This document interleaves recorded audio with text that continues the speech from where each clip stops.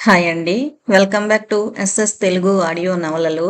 ఈరోజు మీరు వినబోయే నవల 'ఆలంబన' మన్నాటి గారు రచించారు. ఇక నవల్లోకి వెళ్ళిపోదాం. సూర్యుడు ఇంకా దర్శనమివ్వలేదు. కానీ అతగాడి వెలుగు మాత్రం ఆకాశాన్ని ఆక్రమించుకుంటోంది తెల్లగా, మెల్లమెల్లగా. ఉదయం 5:40 అయింది. నగరం అప్పుడే మేలుకుని చైతన్యం తెచ్చుకుంటోంది. రోడ్డు మీద జనాలు ఎక్కువగా లేరు. అప్పుడప్పుడు తిరిగే వాహనాలు, పొద్దున్న ఆరోగ్యం కోసం పరిగెత్తేవాళ్లు తప్ప. నగరంలోని చాలామంది ట్యాంక్ బండ్ దగ్గరికే వస్తారు హెల్త్ రన్ కోసం. అన్ని వయసుల వాళ్ళు అక్కడ హాజరవుతారు. అక్కడే లేడీలా చెంగు చెంగున గెంతుతూ స్కిప్పింగ్ ఆడుతూ పరిగెడుతోందొక యువతి. ఇంతలో ఆమె దృష్టిపథానికి అడ్డంగా వచ్చాడో యువకుడు. అక్కడే ఉన్న చోటే నిలబడి రన్నింగ్ ప్రాక్టీస్ చేస్తున్నాడు. ఆమె కేసి చూసి సన్నని చిరునవ్వు ఒకటి వెలిగించి అన్నాడు హలో అని. ఆమె ఓ 2 క్షణాలు కన్ఫ్యూజ్ అయ్యి అప్రయత్నంగానే హలో అంది. ఎర్రటి టీషర్ట్, తెల్లటి స్పోర్ట్స్ షార్టు, కళ్ళకి స్పోర్ట్స్ షూసు, లైట్గా పెరిగిన గెడ్డం, పల్చటి పేదాలు, ఆకర్షణీయమైన ఎక్స్రే కళ్ళు, పైకి దువ్విన జుట్టు. అతన్ని ఇంతకు ముందెక్కడా చూసినా గుర్తు రాలేదామెకి. ఆమె ఆలోచనలో ఉండగానే అతను రన్నింగ్ ఆపి ఆమె పక్కనే కూర్చుంటూ అన్నాడు, నా పేరు ప్రశాంత్. ఇంట్లో శాంత్ అని పిలుస్తారు. ఆఫీసులో స్నేహితులు పూర్తి పేరుతో పిలుస్తారు, ప్రశాంత్ కుమార్ అని. బాల్య స్నేహితులు మాత్రం ప్రసిగాడు అంటారు. చెదరని చిరునవ్వుతో చెప్పాడతను. ఆమె అలాగా అన్నట్టు తల ఊపింది. కొంత ఆశ్చర్యం ఉంది ఆమె కళ్ళల్లో. 2 క్షణాల తర్వాత అతను అన్నాడు, మీ పేరు సువిధ కదూ? ఆమెలో ఆశ్చర్యం పెరిగింది. అవును, మీకెలా తెలుసు అంది బురుకుటి ముడిచి. అతను నవ్వి, అది నా వృత్తి. ముందు నేనొక టార్గెట్ ఏర్పరుచుకోబోయే ముందు పూర్తిగా స్టడీ చేస్తాను. మీ గురించి నాకు పూర్తిగా తెలుసు. సరిగ్గా 6 గంటలు కాగానే మీరు పార్కింగ్ దగ్గరికెళ్ళి మీ లోనా తీసుకుని నారాయణగూడ కాలనీలో ఉన్న మీ ఇంటికి వెళతారు. మీ ఇల్లు 3 అంతస్తులు. మీకు ఒక అంబాసిడర్ 77 మోడల్ కారు, ఓ కొత్త బ్లూ కలర్ మారుతి కారు ఉన్నాయి. మీ పేరు మీద ఒక ప్యాకేజింగ్ ఇండస్ట్రీ, బ్యాంకులో 8 లక్షలు ఉన్నాయి. మీ ఇల్లు దాదాపు 10 లక్షల విలువ చేస్తుంది ప్రస్తుతం. మీ ఇంట్లో ఉన్న ఆర్టికల్స్ అన్నీ సెకండ్ హ్యాండ్లో అమ్మేస్తే కనీసం 3 లక్షల రూపాయలు వస్తాయి. అతనింకా ఏదో చెప్పబోతుంటే ఆమె అంది, ఇవన్నీ నీకెలా తెలుసు? ఎందుకు తెలుసుకున్నావు? అతను మరోసారి మనోహరమైన నవ్వు నవ్వాడు. చెప్పానుగా సువిధి గారు, నా టార్గెట్ మీరు. అందుకే మీ గురించి పూర్తి వివరాలు తెలుసుకున్నాను. తెలుసుకోవడంలో నీ ఉద్దేశం? షార్పుగా అడిగిందామె. ఏం లేదు, ఓ 1,00,000 రూపాయలు సంపాదించాలని. క్షణం తర్వాత ఆమె తేలిగ్గా నవ్వింది. బ్లాక్మెయిలరువా నువ్వు? అతను మాట్లాడలేదు. ఆమెకేసే చూస్తున్నాడు. ఒకవేళ అదే నీ ఉద్దేశమైతే నా దగ్గర అలాంటి దాపరికాలు గాని, భయపడి డబ్బిచ్చేటంతటి పాడు పనులు గాని నేనేమీ చేయలేదు. నువ్వు నన్ను బ్లాక్మెయిల్ చేయలేవు. కొద్దిసేపు మౌనంగా ఉన్నాడతను. తర్వాత సీరియస్గా అన్నాడు, లేదు సువిధి గారు, నేను మీకేదో సాక్ష్యం చూపించి బ్లాక్మెయిల్ చేద్దామని అనుకోవడం లేదు. కొంత వెరైటీ బ్లాక్మెయిలింగ్ ఇది. ఏంటది? చెప్పనా? ఆమె మాట్లాడలేదు. చెప్తున్నా, మరేం లేదు. ఓ వారం రోజుల్లో నేను మిమ్మల్ని చంపేబోతున్నాను. దారుణంగా చిత్ర విచిత్ర హింసలు పెట్టి. మీరు బ్రతకాలనుకుంటే 1,00,000 రూపాయలు ఇవ్వాలి నాకు. ఆమె షాక్ తింది. అతను లేచి నుంచున్నాడు. బాగా ఆలోచించుకోండి సూది గారు. నేను జోక్ చేయడం లేదు, నిజం చెప్తున్నాను. రేపు నేను మళ్ళీ ఎక్కడో ఓ చోట కనిపిస్తాను. అప్పటికి మీ అభిప్రాయం చెప్పండి. అతను పరిగెత్తుతూ వెళ్ళిపోయాడు. ఆమె శిలాప్రతిమలా అక్కడే కూర్చుండిపోయింది. ఆ రోజు బ్రేక్ఫాస్ట్ మానేసింది. పొద్దున్న ట్యాంక్ బండ్ దగ్గర 15 నిమిషాలు లేట్ అవడం వల్ల. పూర్తిగా క్రమబద్ధమైన జీవితం గడుపుతుంది సువిధ. చిన్నప్పటినుంచి చాలా గారాబంగా పెంచారు ఆమె తల్లిదండ్రులు, ఒక్కతే సంతానం కావడంతో. అదీగాక ఆమె వాళ్ళకి చాలా ఆలస్యంగా, అంటే పెళ్ళైన 15 సంవత్సరాల తర్వాత పుట్టింది. అలా జరగడంతో ఆమె బిఏ పూర్తి చేసే సమయానికి ఆమె తల్లిదండ్రులు పూర్తిగా వృద్ధాప్యంలోకి వచ్చేశారు. ఆమె ఎంఏ సోషియాలజీ చేస్తున్నప్పుడు ఓ ప్రమాదంలో ఇద్దరూ మరణించారు. విశాలమైన ప్రపంచంలో ఆమె ఒంటరిగా మిగిలిపోయింది. అలా అని ఆమె కుంగిపోలేదు. ఒంటరితనం ఆమెని బాధించలేదు. నిజానికి తల్లిదండ్రుల మరణానికి ఆమె ఎక్కువగా బాధపడలేదు. ఆ విషయం చాలా మామూలైందిగా భావించిందామె. అప్పుడప్పుడు ఆమె ఆలోచనలు వేదాంతాన్ని టచ్ చేస్తూ ఉంటాయి. చదువుకున్న సామాజిక శాస్త్రం ఆమెకి జీవితానికి ఏది ముఖ్యమో నేర్పింది. ఆస్తిని చూసి సహాయం చేస్తామనే ముసుగుతో వచ్చిన బంధువుల్ని ఆమె దరిచేరనీయలేదు. తన జీవితం మీద తనకి పూర్తి నమ్మకం ఉందని, తనను తాను సంభాళించుకోగలనని, తనకి సహాయం చేసే ఊహతో తమ విలువైన సమయం పాడు చేసుకోవద్దని ఆమె బంధువులకి సలహా ఇచ్చింది. గొప్ప అశాంతితో తిరిగి వెళ్ళిపోయారు ఆమె బంధువులు. ముఖ్యంగా ఆమె మామ కొడుకు బావ గిరి. అతనికి అనిపించేది ఆడది ఒంటరిగా బ్రతకలేదు. ముఖ్యంగా సువిధ. తను అందమైంది. తనకింకా జీవితమంటే ఏంటో తెలీదు. తోడొకరుండిన అదే భాగ్యము అనే పాట ఆమె ఎప్పుడూ వినలేదేమో. ఒకవేళ విన్నా అర్థం చేసుకునే భావుకత్వం లేదేమో. అతనింకా ఇలా అనుకునేవాడు. సువిధ, చూడు, నా గుండెల్లో నీకోసం ఎంత స్థానం ఉంచానో. ఎందుకలా ఒంటరిగా మగ్గిపోతావ్? నీకు నేనున్నాను తోడు. సువిధ, నీకిప్పుడు సానుభూతి చూపించేందుకు, నీ బాధ పంచుకునేందుకు, నిన్ను ఓదార్చేందుకు ఒక తోడు కావాలి. ఆ తోడు నేను. సానుభూతికుండే విలువ నీకు తెలీదు. అది హృదయాన్ని తేలికపరుస్తుంది. కాని సువిధ మాత్రం అతని ఆలోచనల స్థాయి కంటే పైనే ఉంది. ఆమెకి ఎవరి సానుభూతి అవసరం లేదు. ఆమె ఆత్మవిశ్వాసాన్ని బంధువులు గర్వంగా మార్చారు. దాంతో చాలామంది ఆమెకు దూరం అయ్యారు. ఈ విషయానికి కూడా ఆమె బాధపడలేదు. ఆమె తన జీవితాన్ని పూర్తి క్రమబద్ధం చేసుకుంది. విజ్ఞానం పొందడంలో ఉన్న ఆనందం పూర్తిగా తెలుసుకున్న మనిషి కాబట్టే రోజుకి 4 గంటలు సెంట్రల్ లైబ్రరీలో గడుపుతుంది, రకరకాల పుస్తకాలు చదువుతూ. తనకు ఎదురయ్యే మనుషుల్ని నిశితంగా పరిశీలిస్తూ, వాళ్ల ప్రవర్తన ద్వారా వాళ్ల మనస్తత్వాన్ని అంచనా వేసుకుని, తన మనస్తత్వంతో పోల్చుకుని, నేర్చుకోదగిన విషయాల్ని నేర్చుకుంటూ కొత్త కొత్త ఆలోచనల్లో ఆనందం పొందుతూ ఉంటుంది. తన దినచర్యలో 4 గంటలు ఆమె ప్యాకేజింగ్ ఇండస్ట్రీలో గడుపుతుంది. సాయంత్రం 2 గంటలు క్లబ్లో షటిల్కాక్ ఆడుతుంది. ఆస్తి మీద పెద్ద ఇంట్రెస్ట్ లేకపోయినా ఆమె కొత్త కొత్త బిజినెస్లు స్టార్ట్ చేస్తుంటుంది. తనని తాను పూర్తిగా రెస్ట్లెస్గా మార్చుకుంది. అయితే 2 సంవత్సరాల క్రితం వరకు ఆమె లైఫ్ ఇలాగే ఓ యంత్రంలా జరిగిపోయేది. అప్పుడు ఆమెకి 23 ఏళ్లు. ఆ సమయంలో ఆమె జీవితంలోకి ప్రవేశించాడు అరవింద్. అరవింద్ ఎక్కడివాడో ఆమెకు తెలీదు. ఏం చేసేవాడో తెలీదు. రవీంద్ర భారతిలో ఓసారి ఓ ప్రదర్శన చూడ్డానికి వెళ్ళినప్పుడు కనపడ్డాడతను. మనిషి చురుకైన కళ్ళతో అందంగా కనిపించాడామెకి. ఆ తర్వాత 4-5 సార్లు చాలా తక్కువ వ్యవధిలోనే ఆమె అతడిని చూడడం జరిగింది. ఆ తర్వాత ఓసారి వానలో క్లబ్ నుండి వచ్చేటప్పుడు కారు పాడైతే అతనికి లిఫ్ట్ ఇచ్చింది. అతను కారెక్కి ఓ 10 నిమిషాలు పిచ్చాపాటి మాట్లాడాడు. ఆమె గురించి అడిగి తెలుసుకున్నాడు. ఆమె అతడి గురించి అడిగింది. అతను పెద్దగా ఏం చెప్పలేదు. తల్లి తండ్రి లేరు అన్నాడు సిగరెట్ వెలిగించుకుని. ఆస్తి ఏమంతగా లేదు. కేవలం ఓ కారు, చిన్న బంగళా ఉన్నాయని చెప్పాడు. ఉద్యోగం గురించి అడిగితే మౌనం వహించాడు. ఆమె అతనికి తన ఫోన్ నెంబర్ ఇచ్చింది. కారు దిగేటప్పుడు కృతజ్ఞతలు కూడా చెప్పలేదు. సువిధకి అతను ప్రత్యేకమైన మనిషిలా కనిపించాడు. అతని మనస్తత్వాన్ని అంచనా కట్టలేకపోయింది. అయితే వాళ్ళిద్దరి మధ్య కొంత క్లోజ్నెస్ ని పెంచే సంఘటన ఒకటి జరిగింది.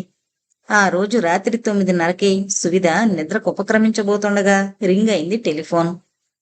ఆమె రిసీవర్ ఎత్తి హలో అంది. అటువైపు నుండి చాలా వీక్గా పలికింది అతని కంఠం. సువిధ, ప్లీజ్ ఒక్కసారి మా ఇంటికి రాగలవా? చాలా దారుణమైన పరిస్థితుల్లో ఉన్నాను, ప్లీజ్. అతని స్వరాన్ని బట్టి ఆమె ఏదో అన్యూజువల్ సంఘటన జరిగిందని ఊహించింది. అడ్రస్ కనుక్కుని వెంటనే బయలుదేరింది. దిల్సుఖ్ నగర్ వైపు ఉంది అతని ఇల్లు. కాలనీకి కొద్దిగా దూరంగా విడిగా ఉంది. ఆమె కారు బయట ఆపి లోపలికి పరిగెత్తింది. తలుపులన్నీ తెరిచున్నాయి. సామాన్లన్నీ అడదడంగా పడేసున్నాయి. దృశ్యాన్ని బట్టి అక్కడ ఏదో ఘర్షణ జరిగినట్టుగా ఊహించింది సువిధ. ఇంట్లో అసలు అలికిడి లేదు. ఆమె అడుగులో అడుగు వేసుకుంటూ కదిలి అతని కోసం వెతికింది. వంటింట్లో ఫ్రిడ్జ్ పక్కన పడున్నాడతను. అతని చేతిలో వాటర్ బాటిల్ ఉంది. బట్టల నిండా రక్తం. తల పగిలింది బలమైన గాయం వల్ల.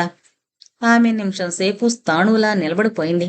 తేరుకున్న వెంటనే ఆమెకి చెయ్యాల్సిన పని గుర్తుకొచ్చింది. 15 గంటలో అతడిని హాస్పిటల్కి చేర్చింది. మర్నాడు సాయంత్రం స్పృహలోకి వచ్చాడతను. ఆమె అక్కడే ఉంది.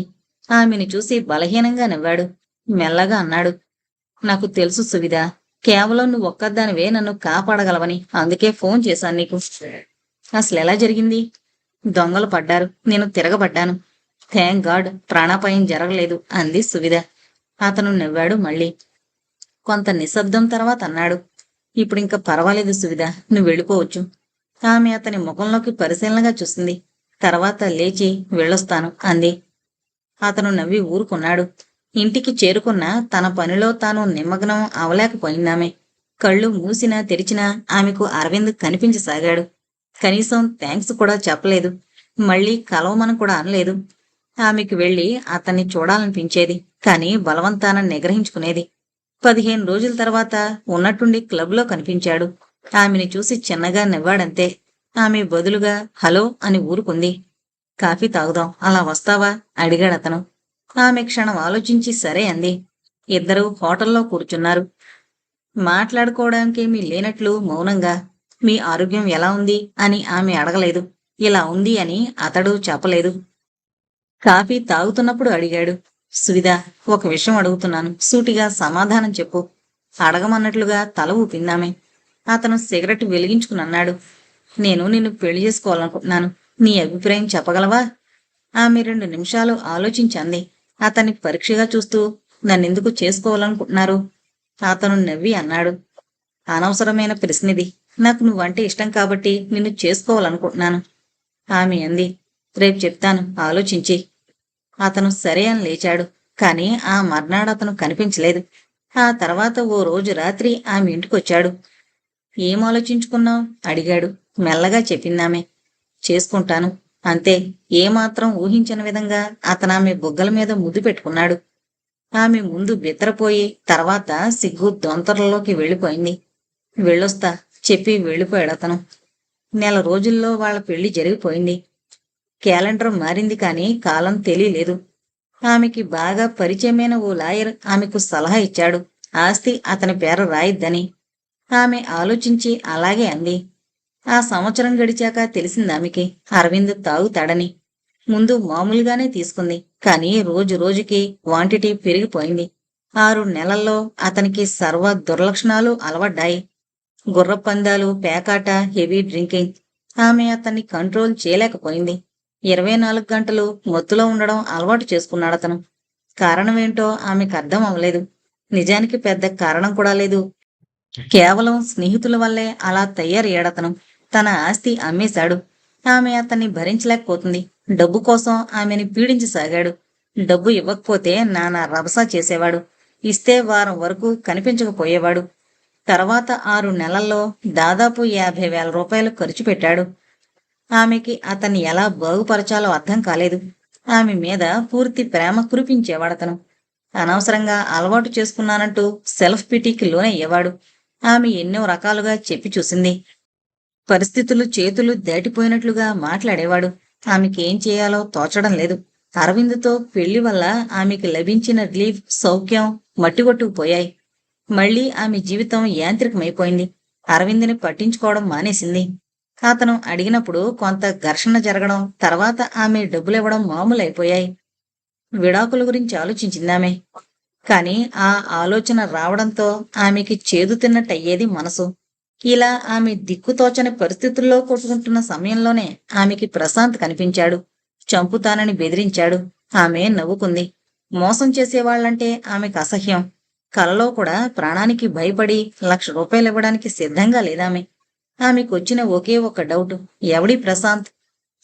అయితే ప్రశాంత్ విషయం ఏమంత సీరియస్ అయిందిగా కనపడలేదామెకి. ఆ కుర్రాడు సరదాగా అలా చేసి ఉండొచ్చు.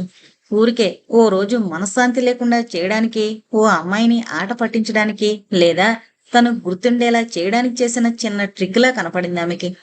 అయితే ఆ ప్రశాంత్ ఎవరో, ఎందుకలా చేశాడో, ఆట పట్టించడానికైనా తననే ఎందుకు ఎన్నుకున్నాడో ఊహించలేకపోయిందామె.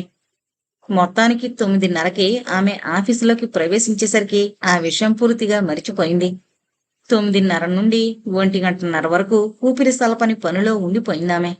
స్టాకు వెళ్ళిందో లేదో చూసుకోవడం, ఇన్వాయిసులు పంపించడం, కొత్త కొత్త పార్టీలతో మాట్లాడడం, అట్టపెట్టెల క్వాలిటీ పరీక్షించడం, ఇలా రకరకాల పనుల్లో మునిగిపోయిందామె.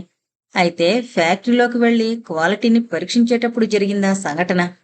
ఓ అట్టపెట్టెని తీసుకుని చూసిందామె. ట్రూప్స్ వాషింగ్ మిషన్ కంపెనీ వాళ్ళు తమ ప్రొడక్ట్ కోసం అట్టపెట్టెలకి ఆర్డర్ ఇచ్చారు. అట్టపెట్టెలు 5 ప్లైలో ఉండాలని చెప్పారు వాళ్ళు. 5 ప్లై అంటే 5 కాగితాలతో తయారు చేయబడి ఉంటుంది. 5 ప్లై లాగే 3 ప్లై అంటే 3 కాగితాలతో. ఒక కాగితం మామూలుగా ఉంటుంది. దాని తర్వాత కాగితం వంకరలు తిరిగి పెట్టెకు గట్టిదనాన్ని మందాన్ని పెంచేదిగా ఉంటుంది. దాని తర్వాత కాగితం మళ్ళీ మామూలుగా ఉంటుంది. దీన్ని 3 ఫ్లై అంటారు. అదే 5 ఫ్లై అయితే 2 వంకరలు తిరిగిన కాగితాల పొరలు 3 మామూలు కాగితపు పొరలు వాటిని కవర్ చేస్తూ ఉంటాయి.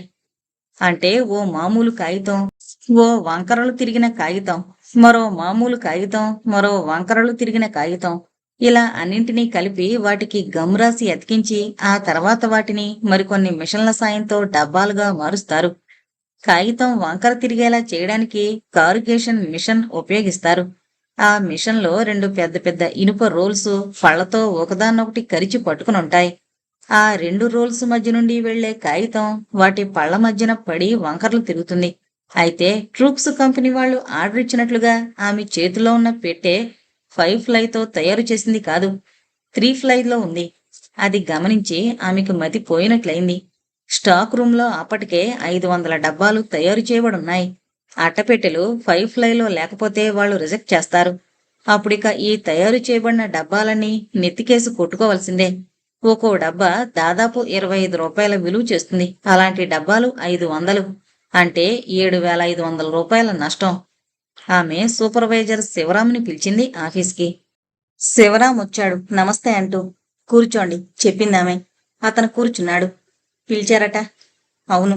చూడండి శివరాం గారు, మీకు నెలకి 2,000 రూపాయల జీతం చెల్లిస్తున్నాను. దేనికోసమంటారు?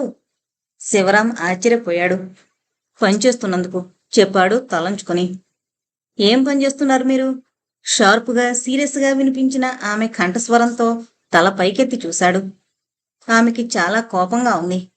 ఏ మనిషి అయినా బాధ్యతారహితంగా పనిచేస్తే నాకు కోపం వస్తుంది శివరాం. ఇంతకీ ఏం జరిగింది మేడం? సువిధ మాటల్ని కట్ చేస్తూ అడిగాడు శివరాం. ఆమె చెప్పింది. వర్కర్లతో కబుర్లాడడం పేకాడడం మానేస్తేనే నా దగ్గర 4 రోజులు పని చేయగలుగుతారు. ఈ 7,500 రూపాయల నష్టం మీ ప్రతి నెల జీతంలో 500 చొప్పున కోసివేయబడుతుంది. అతని వైపు సూటిగా చూస్తూ అంది సువిధ.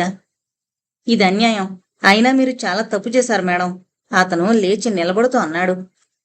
వర్క్ విషయంలో అంటే ఎన్ని మాటలన్నా పడేవాణ్ణే, కానీ నా వ్యక్తిగత విషయాల గురించి మాట్లాడారు మీరు. నో మిస్టర్ శివరాం, ఇక్కడ మీ పర్సనల్ విషయాలు వర్క్తో ముడిపడున్నాయి. నన్ను అవమానించినందుకు తగిన ఫలితం అనుభవిస్తారు మీరు, చెప్పాడతను. ఎక్కువగా మాట్లాడకండి. మీరు పిల్లలు గల వాళ్ళని వదిలేస్తున్నాను, లేకపోతే ఈ పాటికి మిమ్మల్ని ఉద్యోగంలోంచి తీసేసేదాన్ని. అతను వెకిలి నవ్వు నవ్వి వెళ్ళిపోయాడు. ఆమె మనసు మరింత చెదిరింది సంఘటనతో. శివరాంని అంతకుముందే చాలాసార్లు హెచ్చరించింది సువిధ. చాలా చీప్ మనిషి అతను. తను చాలా తెలివితేటలు గలవాణ్ణని అతని నమ్మకం. తనని ఎవరైనా మాటంటే సహించాడు.